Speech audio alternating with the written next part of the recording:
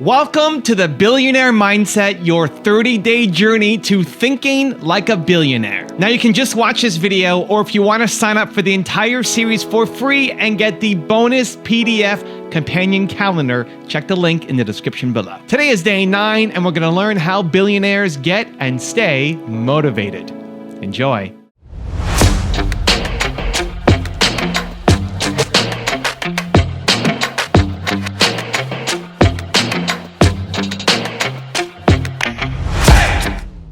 When I started Amazon, it was 25 years ago.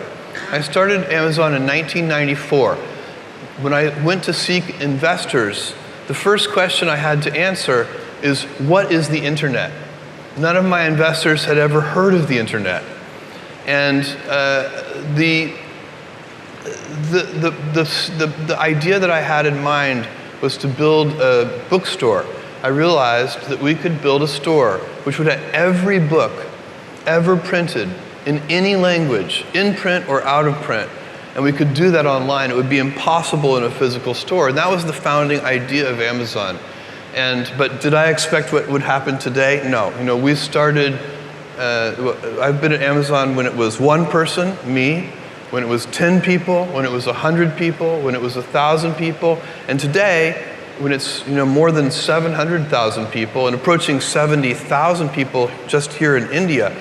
So, no, I did not predict that. And actually, I think if anybody had predicted that, they would have needed to be immediately institutionalized in a mental facility because it's not a normal thing to have happen. My dream when I started Amazon was that one day we might be able to afford a forklift. So it's been a very fun journey for me. And by the way, I still tap dance into work. I'm having so much fun. What propelled you to sell things more than books? After books, we started selling music, and then we started selling videos. And then I got smart, and I emailed 1,000 randomly selected customers and asked them, besides the things we sell today, what would you like to see us sell? And that answer came back incredibly long-tailed. The way they answered the question was with whatever they were looking for at that moment. So like I remember one of the answers was, I wish you sold windshield wiper blades because I really need windshield wiper blades. And I thought to myself, we can sell anything this way. And then we launched electronics and toys and many other categories over time. And the vision became, because you read the original business plan, it's just books. How would you advise people who aren't necessarily going into a career field in which you would make a large base salary, such as like medicine or something like that, maybe performing arts or music? How would you advise us to keep up financially with the rest of the world? Well, it is true that a market system does not pay as well in some activities as might seem appropriate for the importance of those activities to society. Just take teaching, for example. I mean, teaching does not pay well.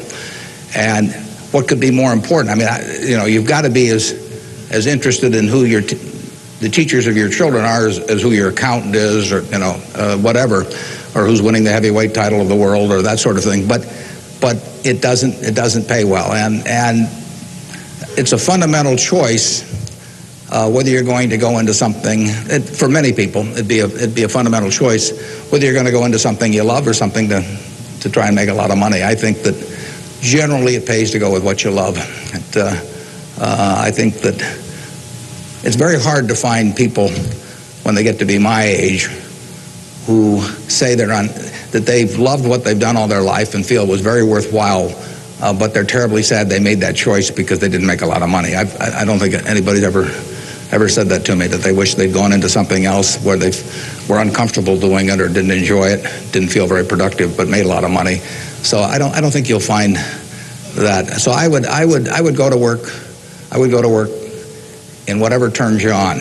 It may turn out that it'll be more profitable than you can think, but almost everybody here will make enough money, unless they get some terrible habits along the way, to do reasonably well. And doing reasonably well in this country really is pretty darn good. I mean, it's not necessary to have huge amounts of money in order to enjoy yourself. I enjoyed myself when I had my $10,000, and I live in the same house that I lived in when I was making it, when I had about that. I bought it 41 years ago.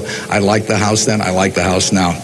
I mean, if you think about it, if you have a reasonable job, you'll be eating at McDonald's and I'll be eating at McDonald's. So we're at a push on food. I mean, you know, in fact, I hope it's Dairy Queen, actually, and maybe and if you come to Dairy Queen, you'll see me. And you can order anything on the menu I can order, and we both can afford it.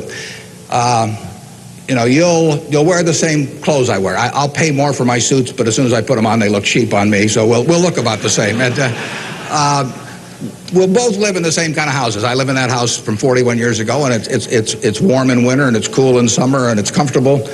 And you'll live in a house that's similar. And what difference does it make if you have 50 more rooms or, you know, guest houses or all that?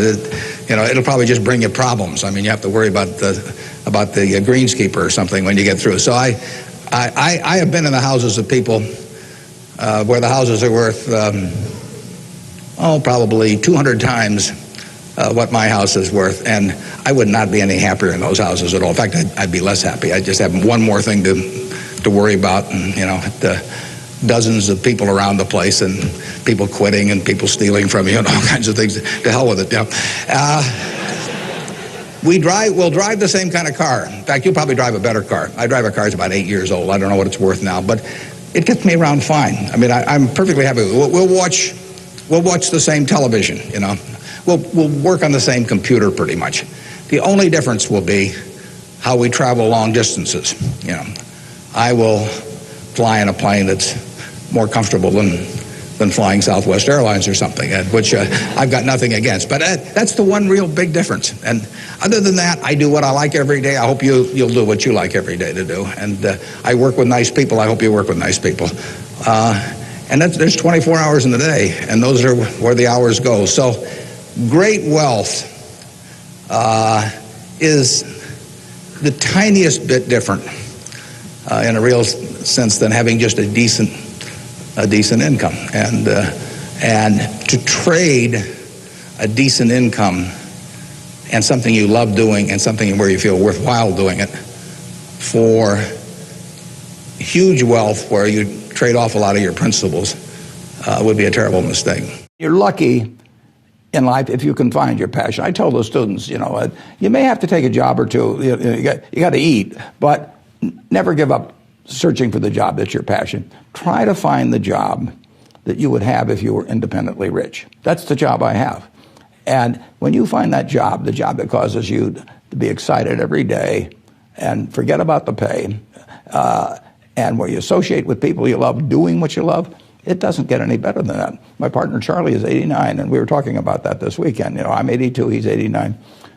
We do what we love every day with people we love, you know, and they seem to like us okay. So, how can it be any better? And just cost of living does not equate to standard of living. And the standard of living is, you know, achieving what you want to achieve, working with people that you love. And you don't need that much money. Aside, I love to ride around in a private plane. I will totally acknowledge that.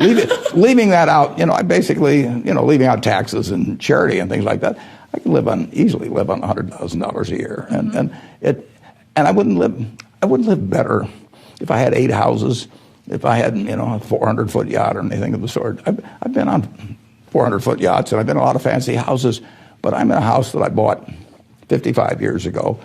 It's warm in the winter, it's cool in the summer, it has everything I wanted, plus it has all kinds of good memories. You know, my kids have good thoughts about it. I can't imagine living any better. I paid $31,500 for it. I could pay $31 million for a house, and it wouldn't do for me what this present house does. I was wondering how you define success personally. Well, I can certainly define happiness because that's what I am. I mean, I mean, I get to do what I like to do every single day of the year, and I get to do it with people I like. And I don't have to associate with anybody. Causes my stomach to churn. The only thing in my job I don't like, and this only happens about every 3 or 4 years, occasionally I have to fire somebody, and I don't like. That's the only thing. Other than I tap dance to work, and I get down there, and I think I'm supposed to lie on my back and paint the ceiling, or something like Michelangelo. I mean, that's the way I feel, and it doesn't diminish. It's tremendous fun. So, if they say that success is getting what you want and happiness is wanting what you get. Well, I don't know which one applies in this case, but I do know that I wouldn't be doing anything else. I mean, I do advise you, when you go out to work, go to work for an organization that you admire, people you admire, because it'll turn you on, and you ought to be happy where you are working. And I always worry about people who say, I'm going to do this for 10 years. I really don't like it very well, and then I'll do 10 more years of this. I mean, that's a little like saving up sex for your old age. I mean, not a very good idea. So get right. So you would recommend that? Get right into what you enjoy, and you'll be successful at it. You really will. I mean, you won't be able to miss. And that's. I don't regard what I do as the most important thing in the world at all, but it's right for me. I mean, I happen to be wired in a certain way that what I do works in this. If I had to do what Bill does, I mean, it lasts about 10 minutes, and that's true of a lot of things. But luckily, I kind of stumbled into the thing that I do best, and that it's worked out well. Things that I've chosen have not been. I've not been trying to optimize on a risk-adjusted return basis. So there are, I would not say that I went into the rocket business, the car business, or the solar business thinking that it's a great opportunity. I just thought that something needed to be done in these industries in order to make a difference, and that's why I did it. So. But in general, I do think it's worth thinking about whether what you're doing is going to result in disruptive change or not. If it's just incremental, it's unlikely to be something major. It's got to be something that's substantially better than what's gone on before. Other car companies just really want to outsource battery technology, not even making this battery module and cell, but they're obviously outsourcing the cells, but even outsourcing the modules and the packs. And it's like they're really not thinking about fundamental chemistry improvements, and so I should say a bit about like electric vehicles or sustainable energy in general. I said it was pretty, I think, obvious to not just to me, but to a lot of people, even go back 30 years or longer, that we must have a sustainable energy solution. In fact, it's tautological. If it's not sustainable, we must at some point find an alternative to it. And so, even if there were no environmental impact to the sort of a fossil fuel economy, then we would run out of them, and then we'd have economic collapse, and civilization would fall apart. So that was actually my initial motivation for electric vehicles. It's like, okay, we've got to have a solution that does not require mining hydrocarbons, that is sustainable in the long term. It was not actually initially from an environmental standpoint, because I had not realized the gravity of the environmental situation at that time. And I thought, actually, for sure, by now we'd have electric cars. We just sold a company out of Atlanta that went on Shark Tank as Cycloramic. They had the iPhone that used the buzzer, and you ran this app on it, and it just turned around and did a panoramic version of the phone, took panoramic pictures. Well, they changed the format of the iPhone, which is great. This is a great lesson for entrepreneurs, right? So this guy came in with this really cool app, worked with an iPhone 5, and it just turned around and take panoramic pictures and then stitch them together, and it was a cool picture. Well, so I give him $250,000, I think, for 20% of the company or 25% of the company. Not 4 months later, Apple changes the iPhone, and it's got this like rounded thing underneath, and we're like, oh, what are we gonna do? But the guy was smart. And one of the things I always look for companies coming in is, what's your unique advantage? What is the one thing you have that differentiates you from other companies? And for this guy, the product was interesting, but as I said on the show, the ability to program video and use what became computer vision was a unique skill that was hard to find. And so we worked with him and actually worked with him to bring in another CEO. And they used that same technology to be able to scan cars. So now if you go to websites like Carvana to buy a car and you see how you can turn the car around just right there, that started with their software. And the guy's name was Bruno. So Bruno, we just sold his company for $22.5 million a couple weeks ago. And so I walked away with 25% of that. So I was like, yeah, Shark Tank. Throughout my 20s, I continued experimenting, trying different things, racing bikes and boats and constantly changing jobs. It didn't take me long to discover that the most interesting and rewarding programming jobs were found at a cluster of companies located south of Stanford University and north of San Jose. Silicon Valley was in its infancy. I was still in my 20s when I went to work for my first Silicon Valley startup, Amdahl, where we developed the world's fastest mainframe computer, faster than anything IBM had.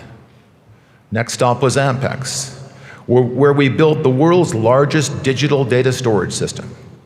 Then on to Precision Instruments, where we built an even larger data storage system, this time using lasers. I was the vice president in charge of software development. It was all very cutting edge and challenging and cool. I liked my work most of the time, but I didn't love it. I searched and I searched, but I just could not find a software engineering job that I loved as much as I loved sailing. So I tried to create one. I put together a plan to start my own company. That way I could completely control my work environment. I would hire the most talented programmers I knew, and we would all work together on the most interesting and challenging software projects. My goal was to create the perfect job for me, a job I truly loved. I never expected the company to grow beyond 50 people. How did you get through, tactically to a sale in the encyclopedia world? People don't want to hear from you. So how do you overcome that? What a question to ask me. The average encyclopedia salesman lasted 3 days. I was at it for 3.5 years. And the way it worked in those days, it was commission only. So the way it worked is you went for an interview, they told you all you could possibly make off commission only, and we were in training for 3 days. It was a presentation that was scripted. We'd have to memorize the whole thing. Well, when you go out in the field, you remember parts of it. You knock on doors, you're not quite sure of yourself, a lot of doors are closed in your face. But what happens, after a while, you start getting used to it, and you see what you can say or do that'll make it better. Or when you go back the next day with your other salespeople, what you see, what you do, what did I say? So let's say I knock on 100 doors to get into one. Give 10 presentations to sell one book. But then when you get better and better at it, through your experiences and losses along the way, it sharpens you up. Where all of a sudden I got to a point where if I gave 3 presentations, I have no less than 1 order, commission only. But I believed that I could do that. I believed that colleges were the best set of books because a high school student could read it. It wasn't like a college manual you had to read, and I was doing something good for somebody. So you have to believe that what you're doing is good, is going to benefit somebody, and you learn as you go. Okay, do I look someone in the eye? See, a lot of people don't know these things. Look someone in the eye. All too often people say, it's hard to look someone in the eye because you feel uncomfortable. Of course you do. They're not on the same wavelength you're on or the same frequency. So what do you do? How do you overcome that? You learn these things along the way. You look them right between the eyes or at their eyebrows. Looks like you're looking them in the eye. I've been working on a book for a couple of years with some of these tips, and it's not ready yet. Maybe next year it'll be ready. But there's all these things. And of course, smile. Smile's the most wonderful thing God gave us. And you don't smile when you first talk to somebody. You smile before you knock on their door. And if your day sucks, you fake it. Hi, how you doing? Because when you smile, everything changes. People change. By the time I was 31, I'd lost 11 different people close to me from separate tragedies. Oh my gosh. Yeah. So I've been, dropped to my knees many times in life by grief. I mean, just, it's like unbearably painful. But I will say that, going through that, I always think there's a hidden blessing in everything that we go through in life. And one of the blessings was that facing my own mortality at a really young age had all these hidden gifts. I use mortality and sort of the insignificance of all of this in a positive way. It doesn't, just how temporary this all is, to fuel me and to say, why would I ever not do this? What? Because I'm afraid that person's not going to remember me 5 minutes after I make a fool of myself anyway. Like, let's do this. We're all here for just a short period of time. So it freed me up in a way that I think most people in the natural course of life, maybe starts to think about in their 40s when they might lose a parent or a grandparent or something. So yeah, really. How do you get through a challenging loss like that? Like, what's your process? Oh my gosh. One day at a time. I mean, it is just one day at a time. It looks like you always go out of your comfort zone, right? Coming onto an island that was completely deserted, no fresh water, you didn't even have the money to buy it, and now you're sleeping on a tent on the beach trying to figure out how to get fresh water here. You do that often. You did it with the airline. I mean, I was just somebody that experienced the bad experience of traveling on airlines. I was actually trying to get to the BVI, the British Virgin Islands, one day from Puerto Rico, and the same lovely lady was waiting for me, and I'd been away for 3 weeks, and American Airlines bumped the flight, and so I went to the back of the airport. I hired a plane. I hired a blackboard. I wrote Virgin Airlines one way, $29 to the BVI. Went around all the people who'd been bumped, and I filled my first plane, and that got me thinking. That airlines do bump people. They don't care about you or me particularly in the air, and so I then rang up Boeing and said, "Do you have any second-hand 747s?" No kidding. I mean, it was literally that. You just sat in the airport and said, "I'm starting an airline right now because I'm frustrated." Exactly. And I think most of the best entrepreneurial ideas come out of frustration. I think, if you're frustrated about something, the best way of sorting it out is get out and do it, and you've got yourself a business. At 25, I recommitted to my education, but this time I started studying not things that were in books, but people that had actually created wealth. Not people that had made money, but people that had created wealth. This is completely different. I was no longer studying accounting and economics. I was studying wealthy people, and only wealthy people. I'm not talking about the doctor that was a neighbor that makes $1 million a year and he's working 18 hours a day and he hates his job. Right? He's working 7 days a week. He can't ever spend time with his family. I'm talking about the yacht people. I'm talking about the people that are spending as much time as they want on vacation. I'm talking about the car dealer that had 28 car dealerships or 82 car dealerships that has indisposable money. I'm talking about the Walton money. I'm talking about the Waltons last week increased their net worth by $11 billion. And they haven't worked for 30 years. That's the kind of wealth I started studying. I started reading Barron's in the Wall Street Journal, and I quickly realized something, that the wealthy people had financial freedom and no one else did, okay? A very small percentage of people. Lots of people have money. My uncle had millions of dollars. He was terrified about his money, wouldn't spend it, acted like a miser, buried money in the backyard. I realized my parents had it wrong. The information I had that was wrong. And this is the number one thing I want you to get out of tonight. The information you have is wrong. The wealthy talk differently than the middle class. I watched my mom and my dad. I started comparing the wealthy people to what my dad did. My dad worked every day of the week. If he wasn't working at the office, he was working in the yard. They saved money. They cut their own grass, okay? We ate all our food. We turned the lights off. We didn't waste anything. And that was uncertainty, it was insecurity, and it was fear. And it perpetuated uncertainty, insecurity, and fear. And all the lessons about money. Money doesn't grow on trees. A penny saved is a penny earned. Eat all your food. People are starving, okay? Money, you don't waste it, don't play with it. All that creates insecurity, and it's incorrect. They say your network equals your net worth. Your ability to move this planet, to change things, to get investors, funding, money, is determined by who you know. If you got a money problem, I guarantee it's got something to do with your net worth. Okay, if you're having marriage problems, I assure you with 100% certainty, if you're having marriage problems, there's somebody in your network that believes in marriage problems. If you're having kitty problems, you know, not kitty, meow. I'm talking about if you got problems with your kids, it's because your network is having problems with chilling. If you have a time problem, I don't have enough time. I can't find enough time. I'm working too hard. I never have time. I can't find time to work out. I can't find time for the kids. I can't find time for the marriage. You have a network of people that have time problems. This is I'm at the Beverly Hills Hotel today. If you've never stayed here, you have to, okay? Every single day that I have been here, I have met someone that will help me in my career. I can't go. They don't tell you this in school. They don't teach you this. Your parents didn't teach you this. You have to go where the money is. Money is not just, okay, I'm going to buy a Lamborghini and I'm going to buy a big house and I'm going to buy some jewelry and I'm going to get some nice sunglasses and I'm going to go buy a big watch and I'm going to go on vacation. It's about going where other people are that have money and that can help you.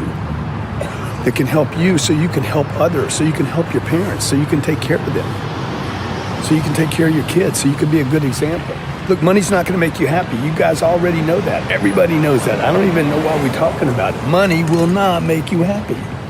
But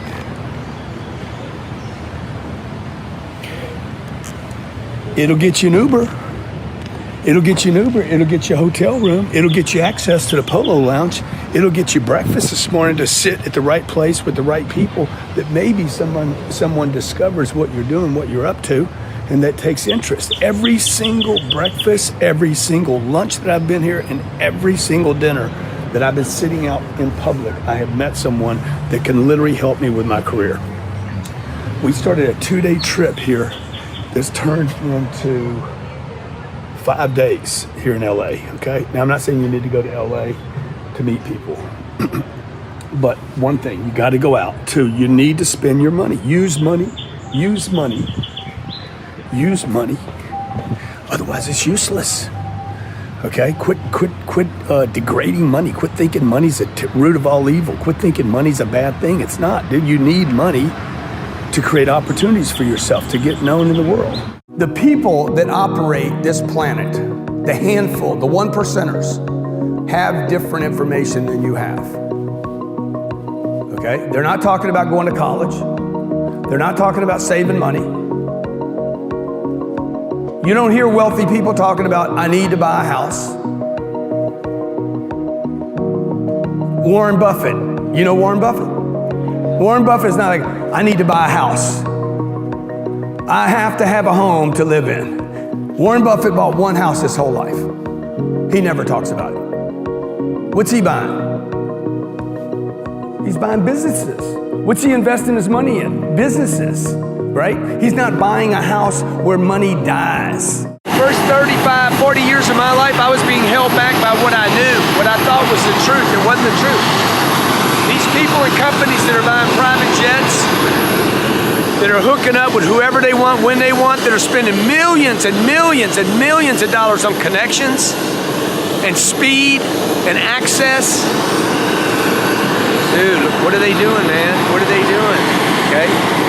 They're doing something different than you and I were taught to do. The school systems don't teach you this. Your mama didn't teach you this. Your daddy didn't teach you this.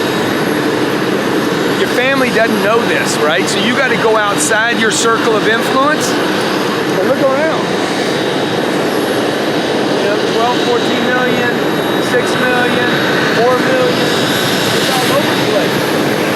And a little guy right here got the big jet on the tarmac.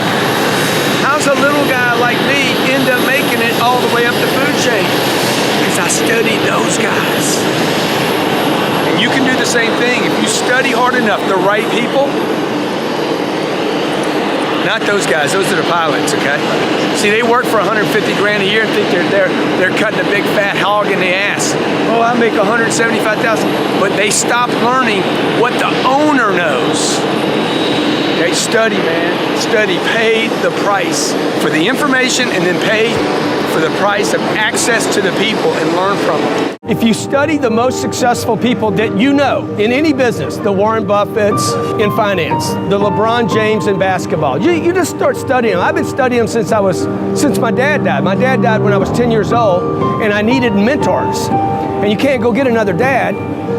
My uncles, they had their own life going on, so they couldn't mentor me.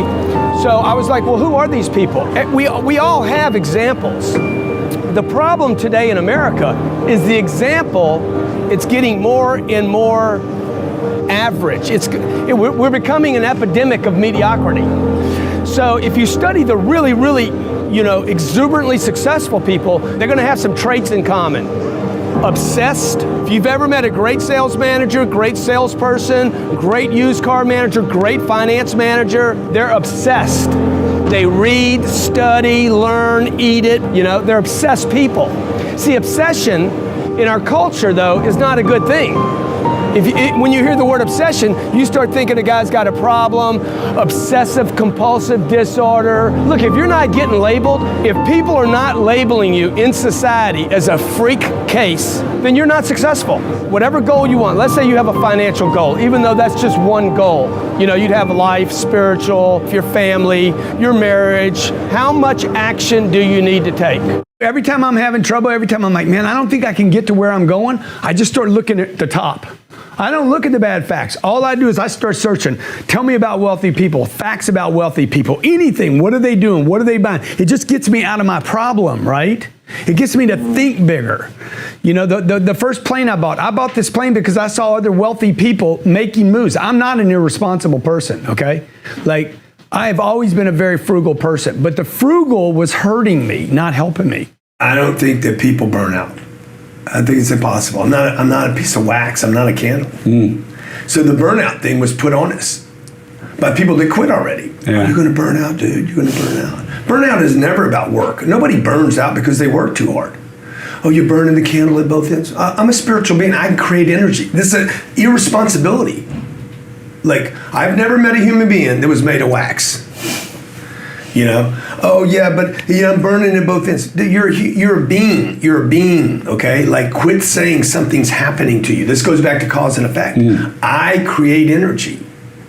And I love your example of the kids. Okay, that kid can play that game. It's always a game though. Yeah, all day, all night. It's always a game. There's nothing that entertains people more than a game.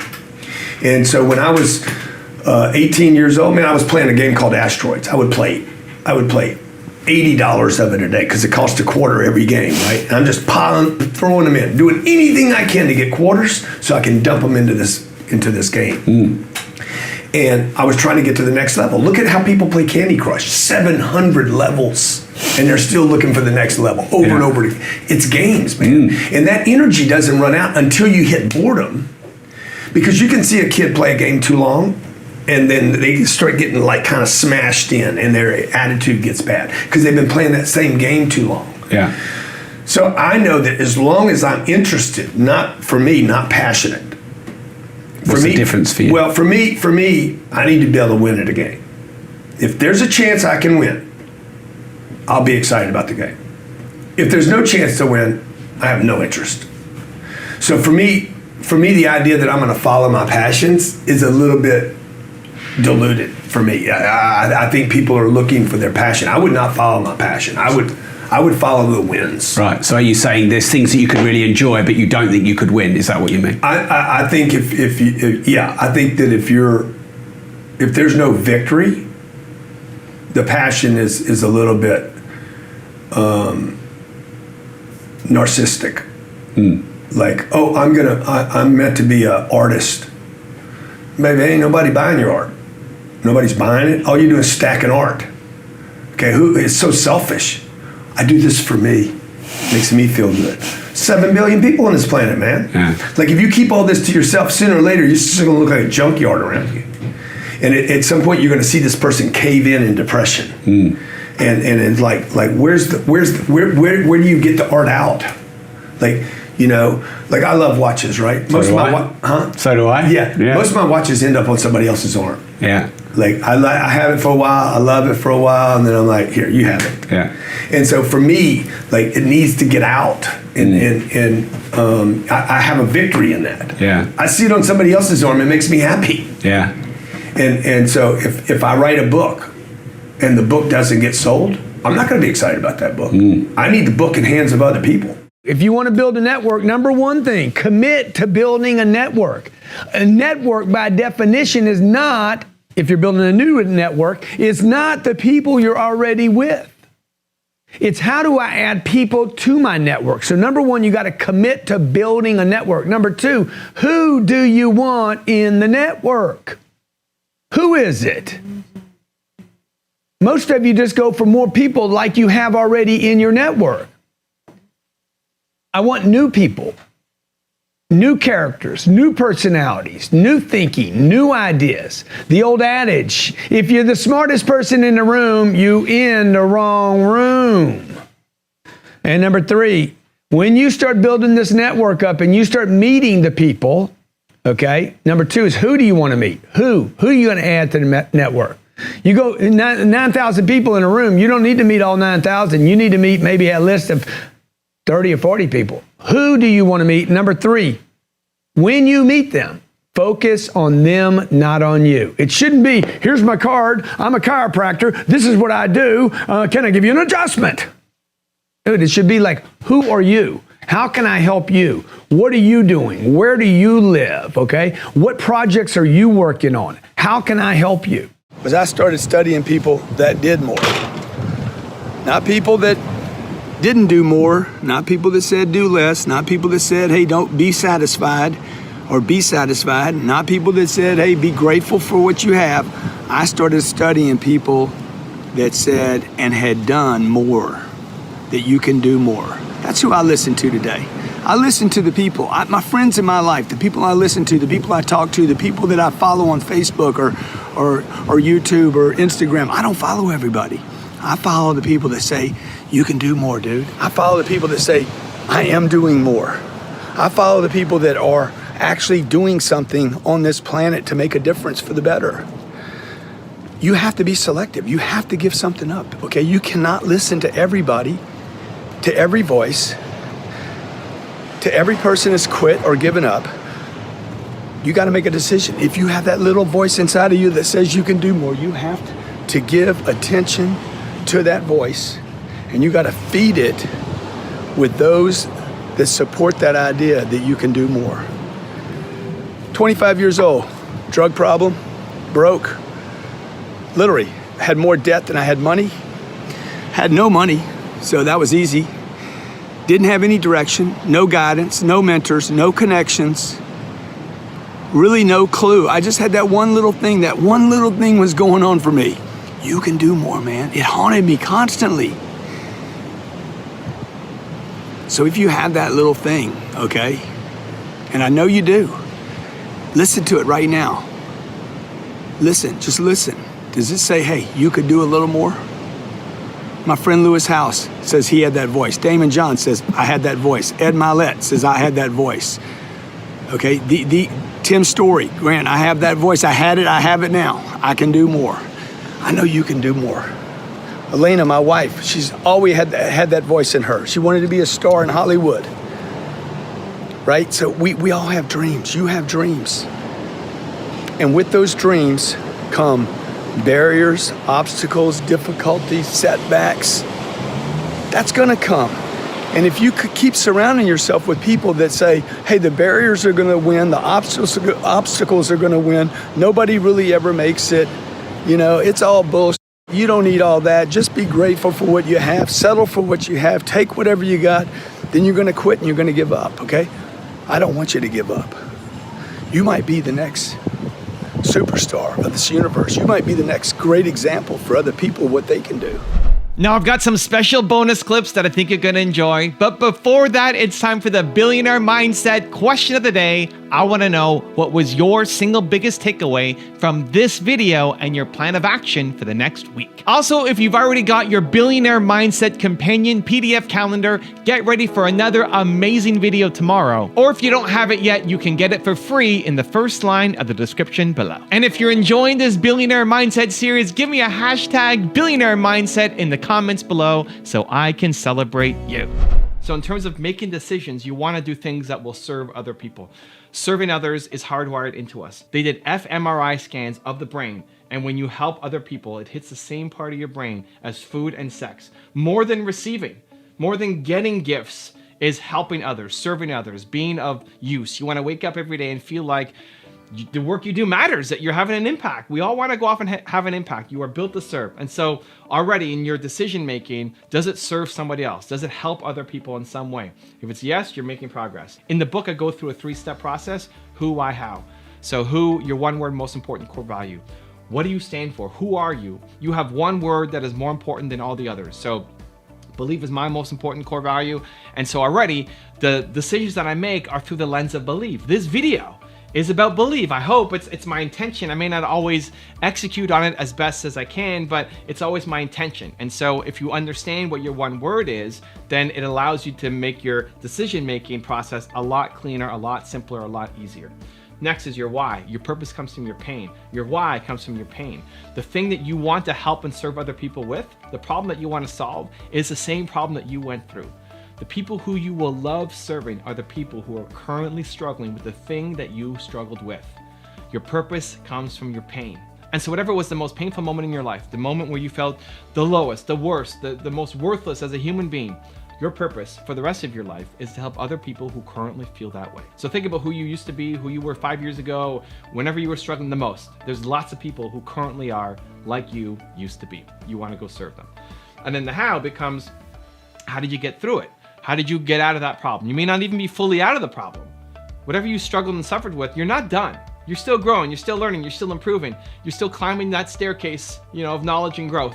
But every time you take a step up on the staircase, you can reach back and pull somebody else up. One more step, one more step. The more you learn and grow, the more you can pull people up with you. And so however you got out of the hole, even though you're not done, you're better than you used to be. There's lots of people who currently are who you used to be. And so however you got out becomes a recipe to teach other people as well. And so that's the first part. You're built to serve. You go through the who, why, how process, and you can figure out with a lot more clarity the decisions that you need to take in your life. Number 2 is understand that you want to make big decisions in your life with your heart and the small ones with your head.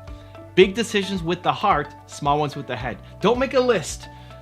People take out a paper and they make a list of pros. Don't do that.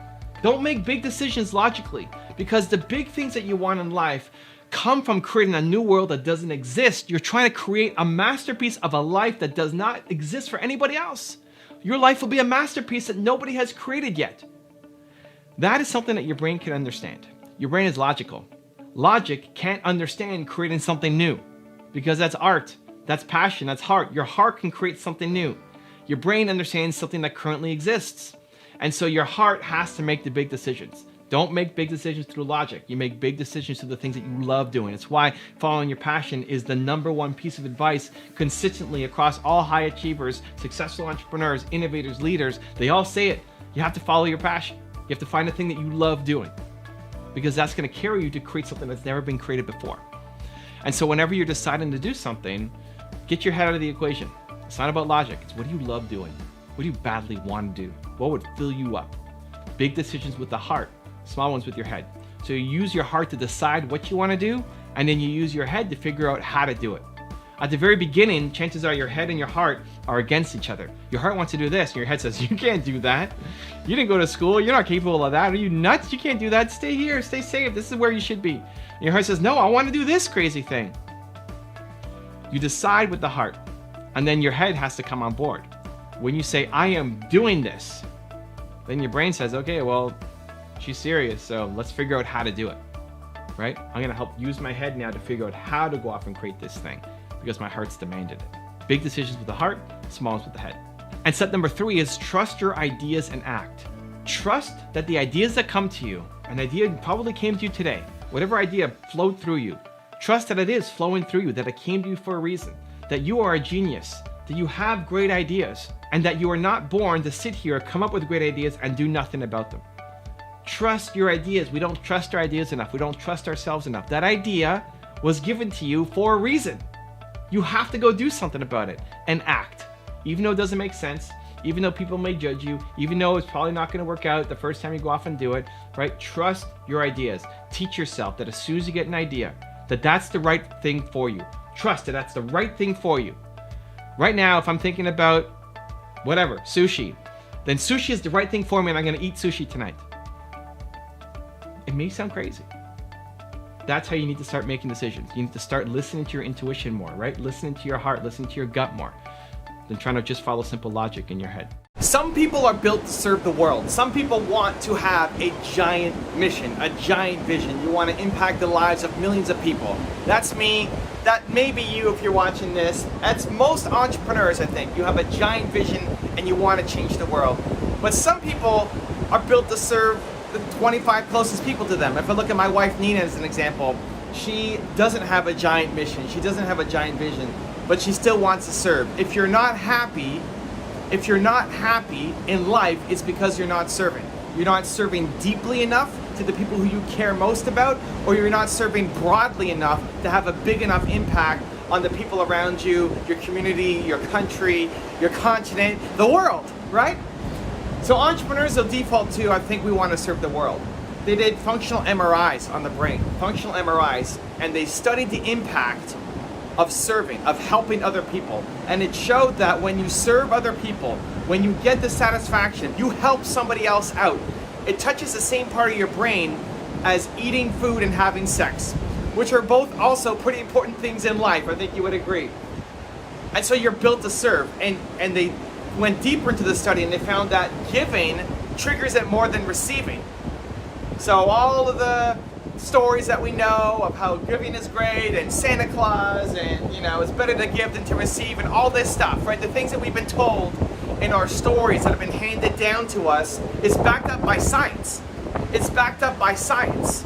So if you're not happy right now, if you're a little bit low right now, the easiest path out is service. Serve. Go help people. If you woke up every day and felt like the work that you did mattered to somebody, either to, again, the closest people to you, like my wife who's still in touch with her friends from kindergarten in China, to someone like me who wants to have a giant impact and reach 1 billion people around the world, if you're not happy, all you have to do is start to serve. So then it becomes the question of, well, how do you serve? How do you either build your vision or find a vision? Well, it comes from whatever you struggled with, right? The thing that you struggled with the most. Your purpose comes from your pain. And this is what I outline in my book, Built to Serve. Check it out, Built to Serve. There's a link in the description. Go check it out, support me, because it's a super important book that I think is gonna really help a lot of people, including you. Your purpose comes from your pain. Whatever you struggled the most with is the thing you wanna help other people with for life. So serving the world or serving the closest people to you can take on many forms. And you'll love helping people just because that's how we're wired as people. But who specifically do you want to help and how makes a difference. Holding the door for somebody down here, right? Like if somebody was crossing the rocks. There's this rocky part over here on the beach, way down there in the corner, this really rocky area. And if I helped somebody cross, right? There was an older couple that couldn't get across, so we went first and helped them cross.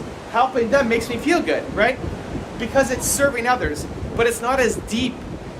That level of service is surface level. It's still fantastic. It's great. It makes you feel good. You can check off good deep for the day, but it's not as good as helping an entrepreneur.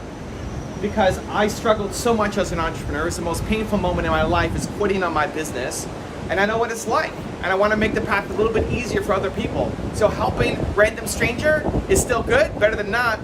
But helping an entrepreneur fills me up to a level that is on the level of my soul. And so you need to find the same thing for you. Whatever you felt the most worthless as a human being, you struggled the most as a person, you felt worthless. You felt disposable as a person.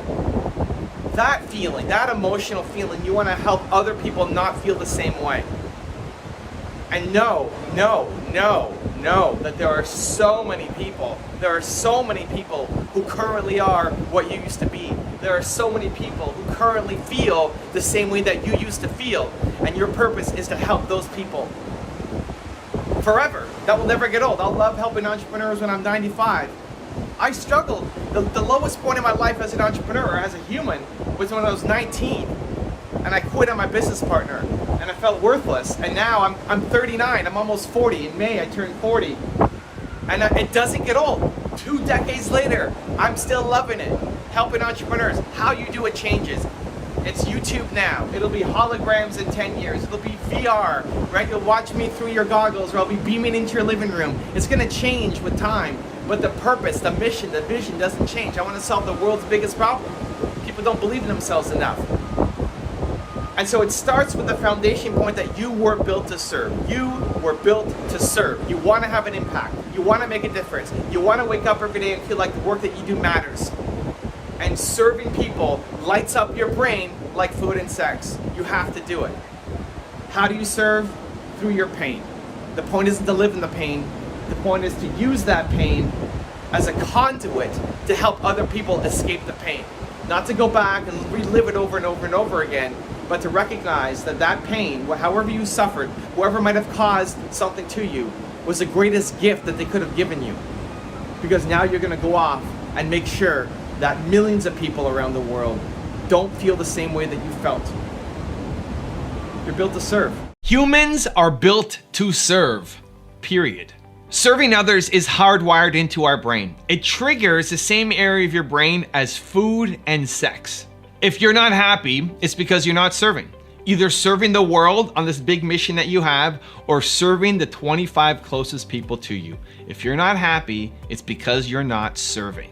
So one of the hacks that I do in my life to get me to do the things that I'm afraid of or don't want to do is through service. If I can connect any of my actions, like making videos, I don't necessarily like just sitting here talking to a camera, but I connect it to service. That I'm making this video, people are gonna watch it, hopefully get inspired enough to take some kind of action, and it's meaningful to their life or business. That makes me feel good. That's service.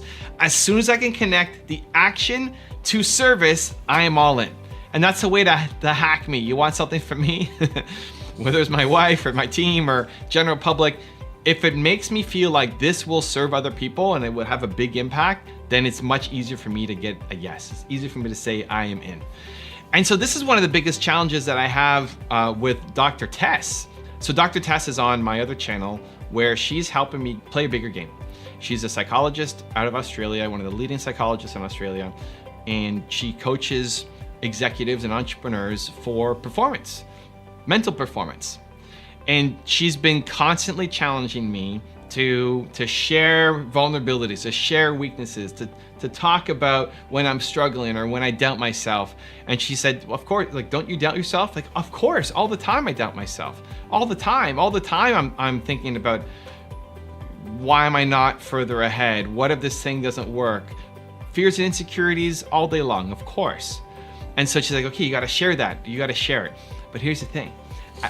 As soon as I get to sharing it, it's service, right? As soon as I go from feeling low energy or feeling afraid of something, and then I go to get my phone out and record a message, as soon as I make the connection that this is service, I feel great. The fear, the anxiety, the nerves are gone. And so my video ends up being super fake, like, hey guys, I'm really nervous right now. You know, I gotta go make these videos. I hope they're good. It's fake because I'm in service mode now. And so what I do naturally of turning to service, I think is actually what you guys should do. I think that's actually the hack. I think whenever you are afraid of doing something, or you've got insecurities or some kind of weakness, some block that's preventing you from moving forward, turn it into service. Either serving the world, again, big mission, or just it's gonna serve somebody close to you that you know, the closest 20, 25 people in your life. If you can adjust it in your mindset that this scary thing, this thing that you don't wanna do or you're afraid of is gonna help somebody, then you're way more likely to do it. That's where I default to. My challenge is the opposite. My challenge is I wanna sit in the fear and insecurity long enough to be able to make a message and then think about service.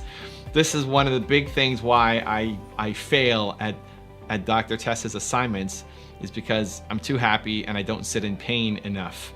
And that makes me unrelatable, right? Because most people sit and wallow in pain and unhappiness and frustrations, and I don't, because I'll go to service and then I get happy. And so it's a huge hack. I think you should take it on, and there's a 3-step process I want to guide you through that I think will help. Step number 1 is understand how are you built. So I believe that the people are built in 2 different ways. Some people want to serve the world, right? You've got the big mission. I want to help 1 billion entrepreneurs. I want to solve the world's biggest problem, a lack of belief, right? This is what I'm on. It's never going to happen, but I wake up every day trying to make it happen. This is my big mission in life, right? I want to serve the world. Other people are built to serve the 25 people closest to them. Your close friends, your family. This is Nina, my wife. She does not have some giant mission wanting to save the world, but she's in contact with people from elementary school in China. You know, she stays in touch with people. She loves it.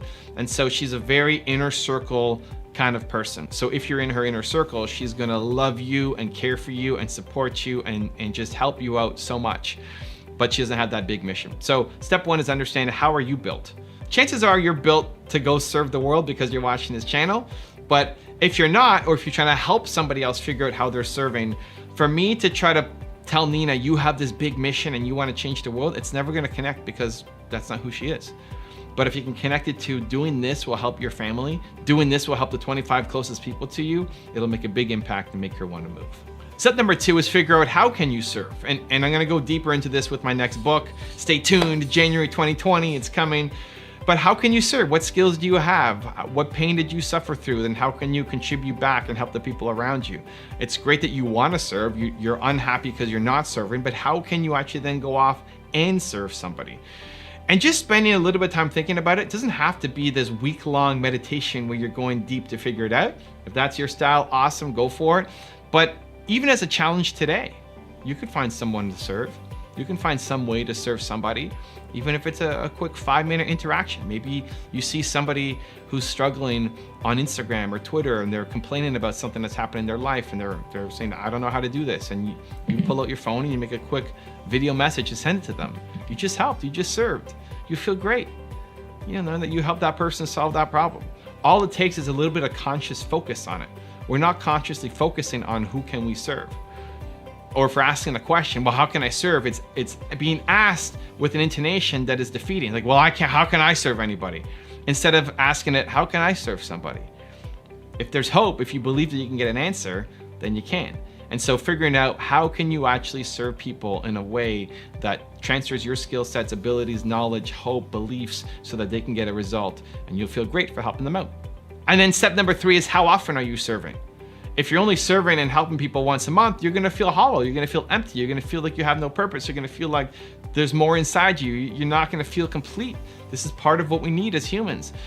So I like doing it daily. I schedule time. I have a 5S morning routine where I go through 5 different S's, where I wake up and I'll do sing, then sun, then soar, then sweat, then scare.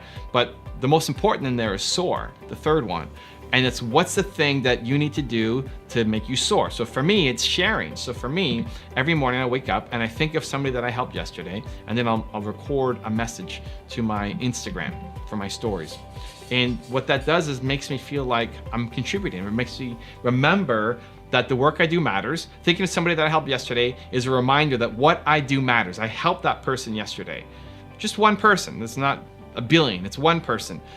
And then sharing a message, I feel like I'm talking to that person. I'll imagine I'm talking to that person when I'm making my 15-second video. I'm sharing a message and it's service because it's gonna be helping other people. If you are not happy in life, it's because you're not serving enough. I believe that humans are good. 99.999% of humans are good. There's a tiny little fraction of a percent of people who enjoy giving harm and hurting others because they have some chemical imbalance. But apart from that, people are good and we are connected to each other. Your highest purpose in life will come from helping others. But the next question becomes, how? How do I do it? How do I find my higher purpose? How do I know what I'm supposed to do? How do I get direction? I'm gonna give you the 3-step process that I call the Purpose Planner that will give you the clarity that you're looking for. I break it down into your who, your why, and your how. Let's start with the who. Your who is your one word, most important core value. Everybody has a core value. If you're a human being, you have a core value that you believe in more than anything else. And when you understand who you are, when you understand your single most important core value, then you're less likely to be swayed by other people. You're less likely to live somebody else's version of your life because they have clarity and you don't. When you do not have clarity, you end up chasing everybody else's clarity. You end up doing their version because They have certainty and you have no idea what you're doing. It's like you're walking on quicksand and you're constantly sinking and you know that there's something greater for you. Your one word, your most important core value is the rock that you stand on when the rest of the world is crumbling around you. So for me, it's believe. My one word is believe. That's what I stand on. If you love believe, you're gonna be a huge fan of this channel because I talk about it in some form in every video. Every video should ooze believe. If you hate believe, you're probably gone by now. You hate my channel and that's okay. Go do your thing somewhere else. You need to figure out your who. You need to figure out what your one word, most important core value is. That becomes the lens through which you see your entire world and attracts the goodness into your life. Step number 2 is your why. Why do you do what you do? Now, I'm a big believer that your purpose comes from your pain. That whatever your most painful moment was in life, whatever you struggled with the most growing up in life, whatever moment in life you felt the most worthless as a human being, your highest purpose, your greatest joy and satisfaction will come from helping people who are currently feeling the way that you felt, who are currently facing that situation that you were in, that you hated. The thing that you would never wish upon anybody else in the world, lots of people are going through that thing. And if you can step in and help those people, that's gonna be so filling up your soul, I can't even explain it to you. For me, my one word is believe, that's my who. My why is I struggled so much as an entrepreneur. I hated my life. I was struggling. I was making $300 a month. I felt worthless as a human. I felt like I was bringing no value to the world.